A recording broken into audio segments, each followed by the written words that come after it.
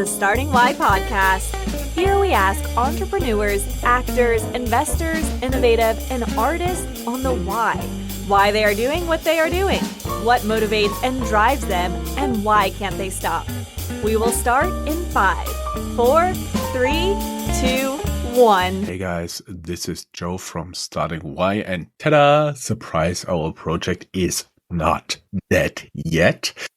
Michelle, actually, we should tell the people that we are in frequent contact, but we used to record a lot of our conversations here, but we haven't done so in the last few months. Do you want to give a little wrap up of what you've been up to? Yeah, sure. So I've been traveling a lot in the last couple months. I've visited, I went to Israel for a wedding, and then I visited Egypt because that's one of the country that was on my bucket list from a long time ago, mainly because of their discovery and innovation of math and pie and makeup and paper and a few other innovations that I thought, and the pyramids, of course, which to me is longevity.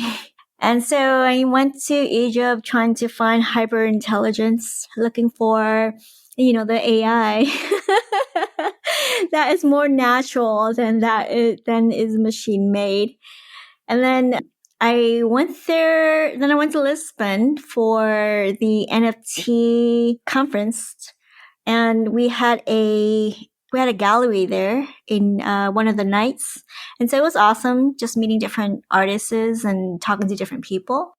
And then after that, I was working on an AI project actually. And then I went to Morocco, Casablanca, to work on my AI project.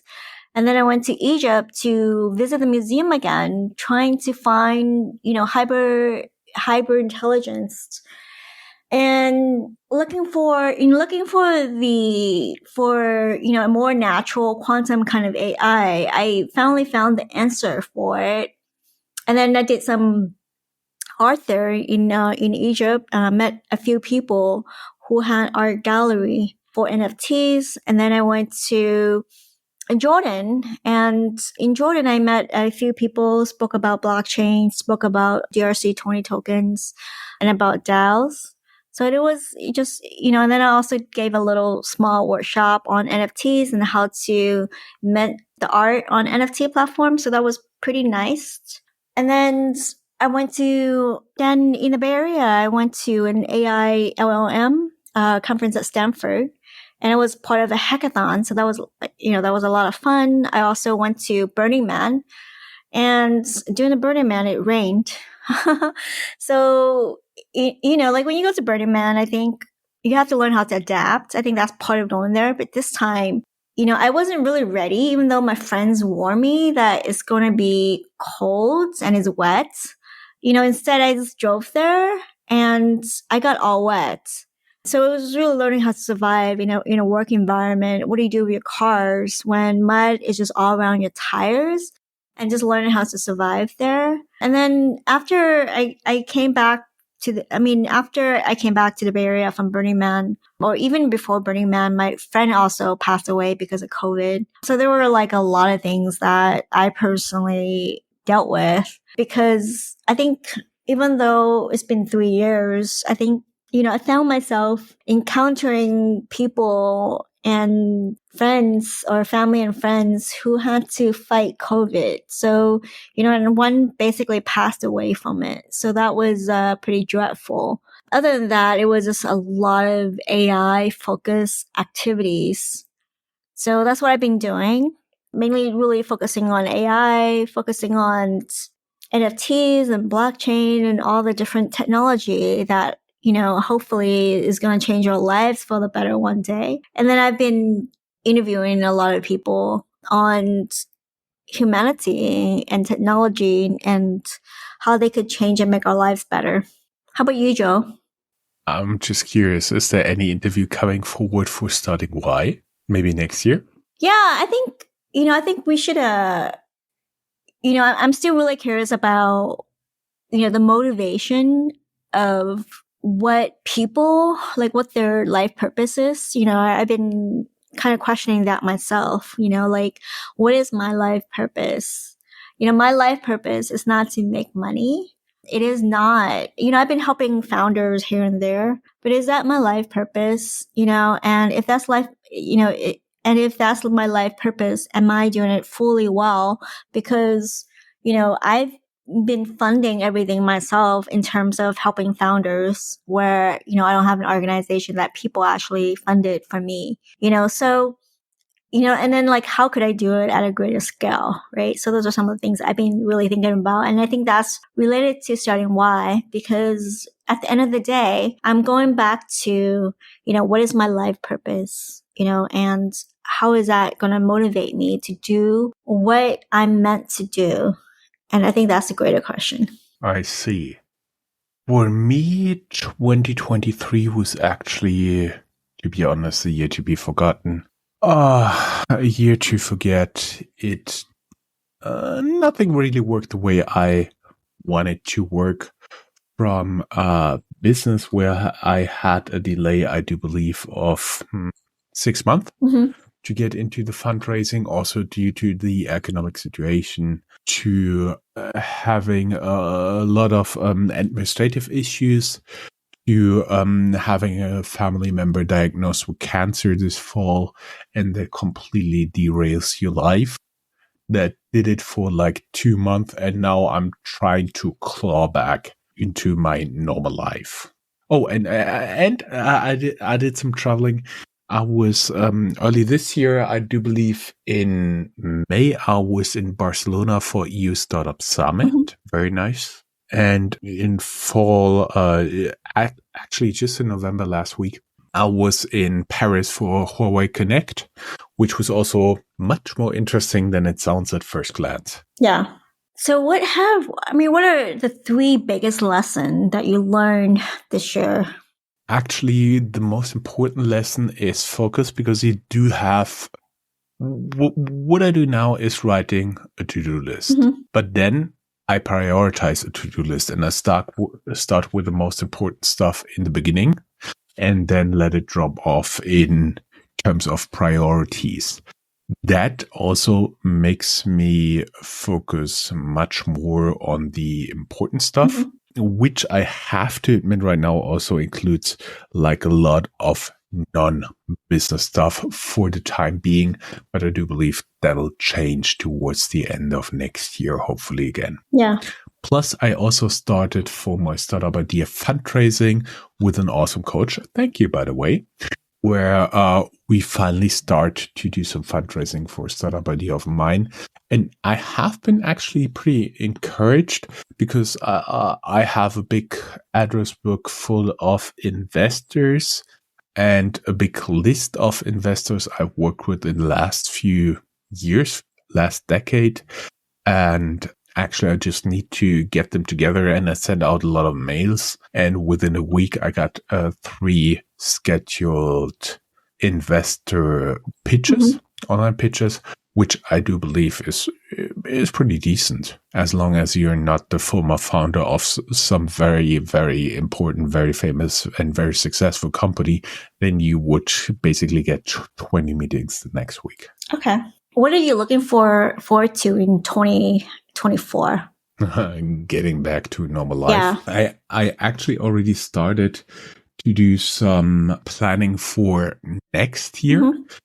It's usually the case that around October, I do get a paper-based wall calendar where I do have a rough overview of the year, so I can already tell where are the holidays for me personally and for my franchise. The holidays in Germany, the few across Europe, the ones in the US, and some of them in China are of importance, and they'll all instantly get noted on my calendar there. And I basically from there start to do some kind of planning for also vacation, recreation time. But I have to admit, due to many different reasons, mostly my sick family member, it didn't work that way. The last time I could really relax for something like more than 1 or 2 days was Christmas last year. Yeah. Yeah, and I am really feeling the strain. So everything is tiresome, everything is burdensome, and you just don't have enough energy to be really creative, to be really on top of your game. It gets harder and harder. And I'm really looking forward to have at least a few days off around Thanksgiving. Yeah, I mean, well, Thanksgiving is next week, so I'm particularly excited about it. You know, that it's the holiday and it's coming. So are you excited about the holidays, particularly Thanksgiving and Christmas this year? Yes and no, maybe. Thing is, I actually don't have like any big demands for Christmas presents. Yeah. You just want to have a healthy family. Yeah. But I'm looking forward to spending time with my family if this is possible this year. Yeah. So that's basically like the two sides of the story for me. How about you? Yeah, I'm really not that materialistic. So, like for me, I love spending time, you know, with my dad, mainly, and my family, mainly because my mom had just passed away last year. Is it last year or a year before that?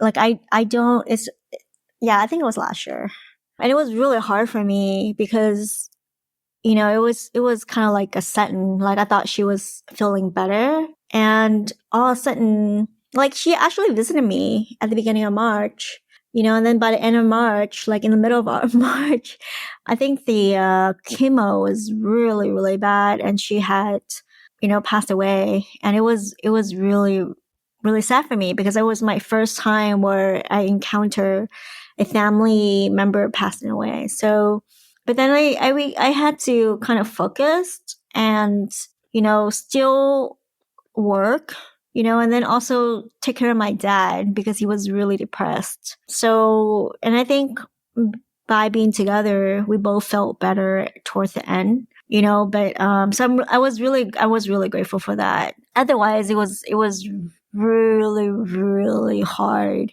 You know, I mean, I think if it's I think if she didn't get better and then gets worse, you know, I think that's different. But I was kind of expecting her to be better, you know, but I think the chemo really killed her because she got sick right after she had it. And just seeing, like, it was almost like a horror movie, I must say, you know, like with all the technology that we have, you know, seeing her going through the pain that she went through, you know, all the things that she came out, you know, from her body was really bad. And then seeing, I mean, her bones and everything were diminished, pretty much. So it was really sad. And, you know, like I was really focusing on the positive side. I was focusing on my dad and, you know, and then I think, you know, even when I was advising or helping a few founders, I have a few founders actually yelled at me for not helping them. And there were a lot of people who turned on me, because of the hard times that I had dealing with the death of my mom, which was kind of saddening, you know, like it was really sad. I didn't really expect that.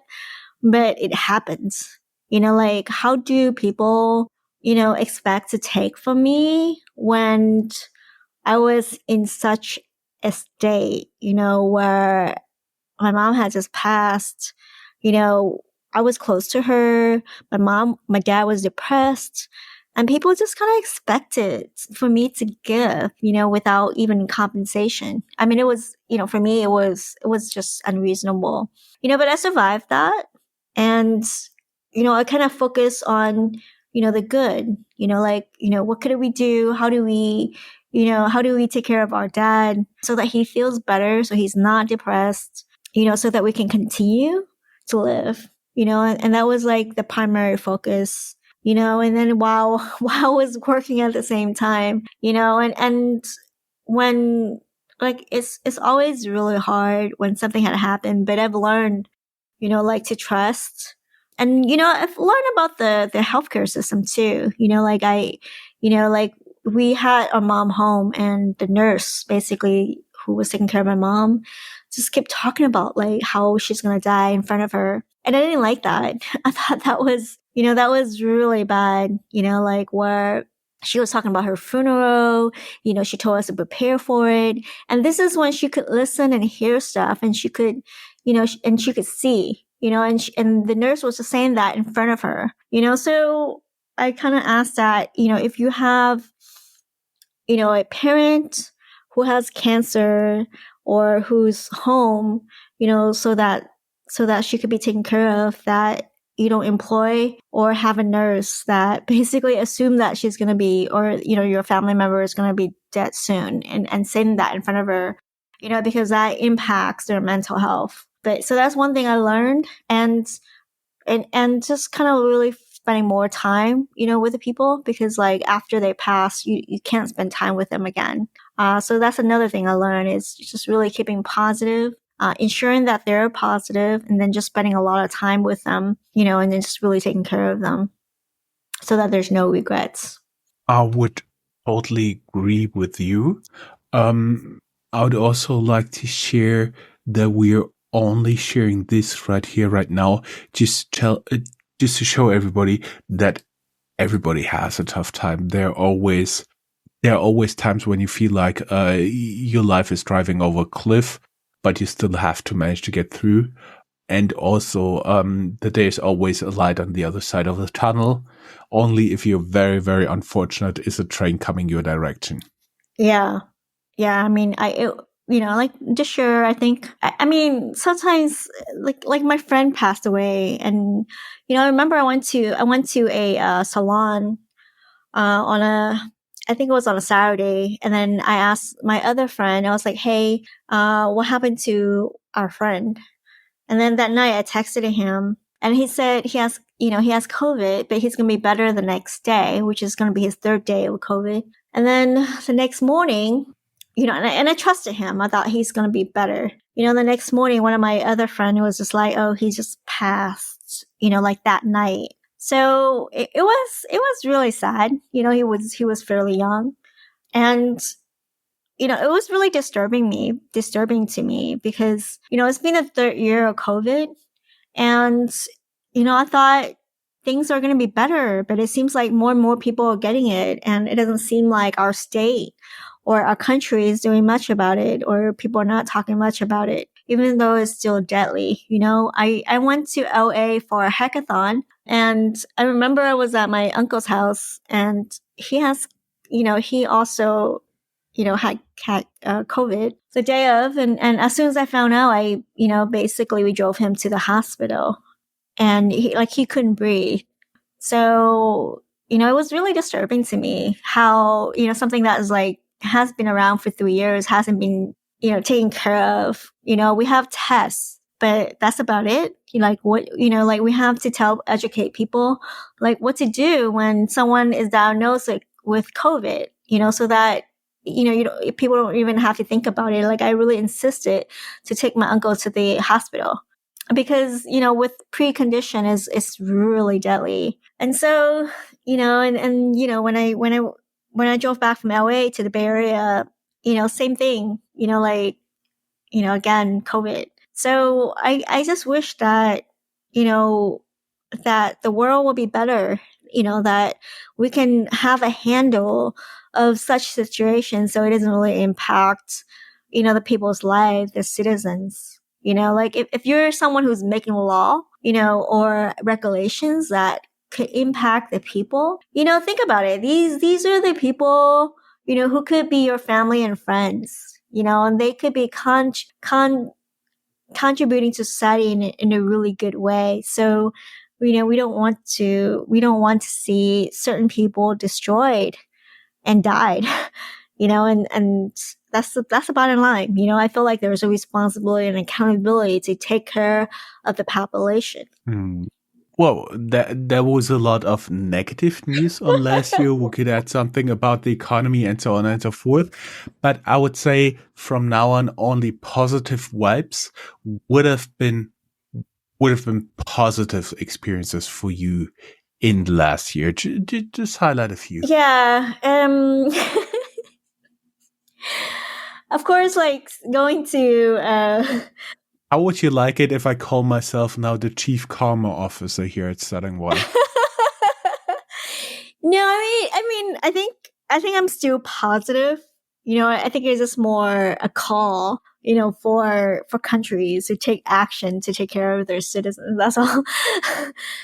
I had a good time. I like going to Egypt, learning about visiting the art galleries, talking about NFTs, and then also Jordan as well. I think I had, a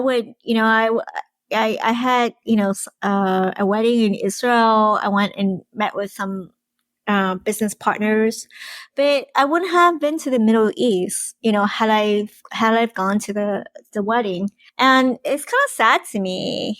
Oh, I don't want to talk about the war because that would be negative, but I think humanity, just realizing that all humans are the same all around the world, is a good thing. Of course, in Jordan, I've met people who are Palestinians, who are just people. I don't think they're anything less. I don't think they're more dangerous. I think that's positive, like that we're all humans. And then going to Egypt, like just learning about the pyramids, learning about the people who actually invented so many things before we had AI. I mean, that is incredible. I think that's positive. Just really seeing innovation from years and years and years ago that had contributed advanced civilization. That's positive, right? And so I think those are some of the things that I valued, in just making friends from all around the world, knowing that we are all humans, that we are one. Let me try. Maybe start with some small things. Thanks to my kids, I'm now a big fan of hot chocolate bombs. They are basically hollow bowls of chocolate, most of the time filled with marshmallows. And if you pour hot milk over it, it will turn into a hot chocolate with marshmallows. Wow. Awesome invention. Yeah, that's one of the good things. Also, I got to travel a lot. I get to spend a lot of time with my family. And actually, I'm now, as Startup Radio, cooperating with an advertising agency, and I really pushed my podcast up to more than 200,000 listeners, streams, downloads a month in October. That was pretty amazing for me. That was like double Woodstock. Oh, that's awesome. What do you discover when you're traveling? Like, what are some of the things that you learned from your travels? It always helps when you speak a foreign language. Mm-hmm. Actually, I had a lot of fun trying to understand my Uber driver when I was stuck 2 hours in Paris rush hour. Yeah. His English wasn't good. My French is non-existent, but we still tried and managed to communicate. It was a very funny thing. I think he also enjoyed the ride as soon as he realized that I was not pissed at him for being stuck in rush hour, because it was just not his fault. Yeah. I love Uber drivers. I think I learned a lot from them. Thank you, all the Uber drivers, for driving me around and for talking to me. I learned a lot from you. That's pretty good. Besides that, I am looking forward to the next year. Mm-hmm. Hopefully, everybody gets better and avoid a lot of mistakes and keep working with you. But by the way, I'm one of the entrepreneurs you are working with, you coaching, and I hope I was one of the few guys who was mean to you. No, you were good. You're good. You're one of my best. No, the other guys, I actually just pushed back on working with them because a lot of things had happened last year, and yeah, I don't know what happened. Like, even though we don't have contracts, and I told them I cannot work with them, I think they just kind of blame me. Actually, that was also something I learned this year. No matter how much trouble you're in, you can't just yell at the next best person. It helps you, like, for a few minutes, maybe an hour, to release your stress, but then you're back again. So you have to find other ways to compensate this stress. For me, for example, it was journaling, meditating, and go running, and of course, drinking liters and liters of hot chocolate. For the Americans, that's a lot of answers. No, I meditate every day, actually. Especially last year. Like, I basically every day, would try to go to the waters, and it was super, super hard for me, right? So, I think it kind of helped. Making sure that I spend time with my dad really helps. I spend time with my dad as much as I can. Given that, I mean, even though his spouse died, it's more of his mental health, right? Because he's also an elderly. So I just want to make sure that he maintains a good mental health. So I do spend a lot of time with my dad. So actually it's kind of interesting because like we both felt better because we spent time together, which is awesome. And I think like with with the other person, I mean, like I think like when you have like 10 founders, some of the founders are very psychopathic because sometimes you have very psychopathic founders who just wanted to start a company for money and greed and power, and it's not necessarily to solve a problem. And they, even though they look nice, their attitude and everything might not be.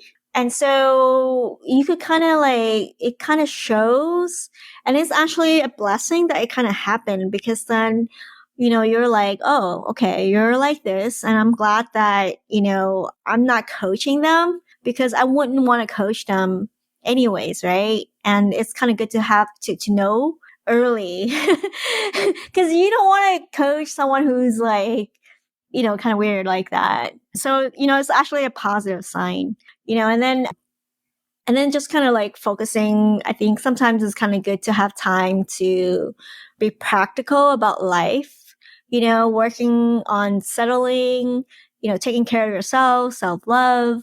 So like I try to journal, I try to meditate every day.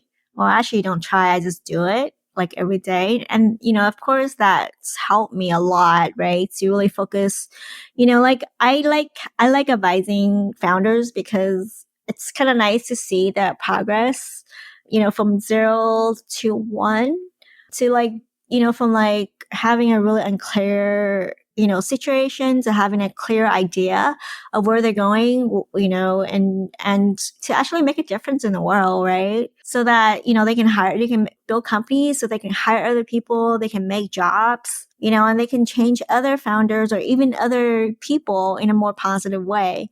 And I think, having more competition actually helps the average consumer so they can make better choices. Any specific plans for next year? And every time we're talking about our plans for next year, what always comes to mind are two sayings. One of them, the best way to make God laugh. What is that? Tell him your plans. And the other thing I do believe, don't quote me on that, but I do believe it's from a writer. Forecasts are always difficult, especially concerning the future. Yeah, I think I'm just like next year, I'm just really grateful, and just like kind of like every day focus on what I'm grateful for. So I have like a grateful journal that I write in, and it could be like one or two things, right? So like today, I'll be like, I'm grateful for a cheeseburger. Like, oh, well, yesterday I was grateful for a cheeseburger that I ate. It was really, really good. So, so that was something that I would do. To be grateful for life, for the fact that we could live, that we were healthy, and that, like that, that we can like actually do things that we want, and, to be able to take action, I think, you know what I mean? Like just even for simple things like a Starbucks coffee, or going to the park, right? And seeing leaves and flowers, or going to the ocean to see the water. I mean, just like very simple stuff. So like next year, I wanted to focus on more of that and just, and just really be more serene, more calm, to feel a little bit more grateful. I think that's like probably like mostly the only thing I focus on is it's just really, it's like that self-care, that peace, right? Every day. How about you? That's something I also learned, and it was great how often I got this year with my little one in the buggy to just walk to Starbucks, get a pumpkin spice latte, and walk back. And basically, he was sleeping the whole time. Very relaxing experience, and I haven't done this since because I always felt stressed out due to for one reason or another. But basically, if you already hit rock bottom, it doesn't get any worse. Yeah. I love, I just went to Starbucks this morning and had a caramel macchiato, and they were asking me about what kind of coffee I wanted. I didn't know. And the guy that was looking at me, I was like, what? I was just like, well, because every time I go to Starbucks, I just ask for a caramel macchiato. I don't know what's in it. But people ask I me, would assume caramel and some milk. yeah, well, he was asking me about whether I wanted roasted beans or not, and I was like, I really don't know what is in there. It was funny, but he was really nice. I basically told him, I was like, I don't drink coffee except for Starbucks. I don't know my coffee that well. I mean, I don't know what's in it, and I didn't look. I think someone leaked their recipe. I did not look it online. I didn't plan to copy it. I don't even know how to make it actually. Well, there should I tell you a secret? Milk with 1.8% fat, 75%. Coffee, 20%. Sugar, 4.7%. Holy cow! And some other ingredients for stabilization, taste, and so on and so forth. According to the German website of Starbucks. So there's a lot of sugar in it. Experience, Joe. It's always the experience of going to Starbucks, Yeah, and not having people stare at you and just being able to do your work, right? So like it's like every time I get a coffee, it's not because I'm paying $6.03 for a cup of coffee. Or small coffee, but it's more of, when it goes to an environment where I can order my coffee and people leave me alone, I can, hopefully get a table to sit at. The coffee is, standard. And that's it, right? Mm-hmm. Mm-hmm. I actually have another great experience from last year. My 4-year-old went together with me for the first time to the movies in the cinema. Uh-huh. That was great, even though I had to suffer through, I do believe, like 60, 70 minutes Paw Patrol, but he enjoyed it, and so it was great for me as well. Will you go there again with him, or? Yeah, it was totally. It's awesome. Yeah. I haven't gone to a movie for years and years. I haven't sit for like 2 or 3 hours in a movie theater for a long time. So that's awesome. What are you looking forward to in 2024? I mean, how do you think the world has changed next year? What are some of your forecasts? Forecast for the world. Well, I likely will have gained some weight. Be a little bit more relaxed, less hair. Hopefully, business will have picked up, have some fundraising, and I'm not too sure about what else to do. Usually, I do already have like a lot of events on my schedule and stuff like this, but actually, this year, there is not a lot of stuff that I've already planned out to do yet, which does take a lot of stress away from me, which I really like, but I do believe I'll have a few events marked in my calendar throughout the year, at least towards the end of the year, and will attend them. Vacationing with the family would be great. And I think that's it. What do you think about technology though, right? AI became really popular in 2023. There has been so much drama with it, right? Yeah. Yeah. I actually do believe that we will see the effects of what AI can really do for us only starting next year, going forward like 5 to 10 years, because it's usually not a problem of the technology, but it's a problem of the people's mind that has to change for them in order to really properly integrate them in the processes, in the production lines, in the whatever, and then you can really use them. I do believe like a lot of consultancies don't allow on purpose their people not yet to use ChatGPT or related AI tools. There will be a lot of tools, especially for those clients. And when they're ready, they'll start using it and efficiency will improve. So that means you will need few workers to do the same job. And the question is what they will do. I don't have an answer for that. And I don't have an answer on the timeline, but I'm sure it will happen somehow. Yeah. Besides that, I don't think we will see a resurrection of blockchain. I think that went through the hype cycle, and I do believe there are now a lot of stuff that is done in terms of distributed ledger technology, but it doesn't have to be necessarily blockchain anymore. I've seen that quite a lot, that a lot of alternative technologies in this area are used right now. For example, when you're talking about central banks, digital currencies, they are all working behind the logic of blockchain, but the underlying technology is not necessarily blockchain. It may be similar, it may be a little bit more advanced, and it may be a little bit more scalable, but blockchain was really, really necessary to get the breakthrough for all these technologies as a kind of gate opener. So has been OpenAI as well for AI tools in work, in private life, in production, in whatever. And maybe we'll see next year something similar, but I'm not sure yet what it will be.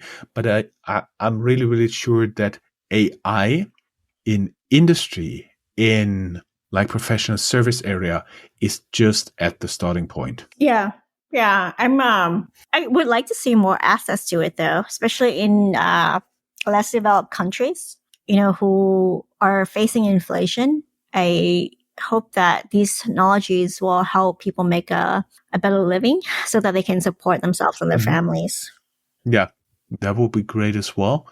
I don't have like any specific thing I will be like really aiming for. I think I'm now at a stage of my life, especially with all the things that happened to me in like last 3 years, where I am a little bit more relaxed and enjoy a little bit more life without like a precise planning for each day, for each week, for each quarter.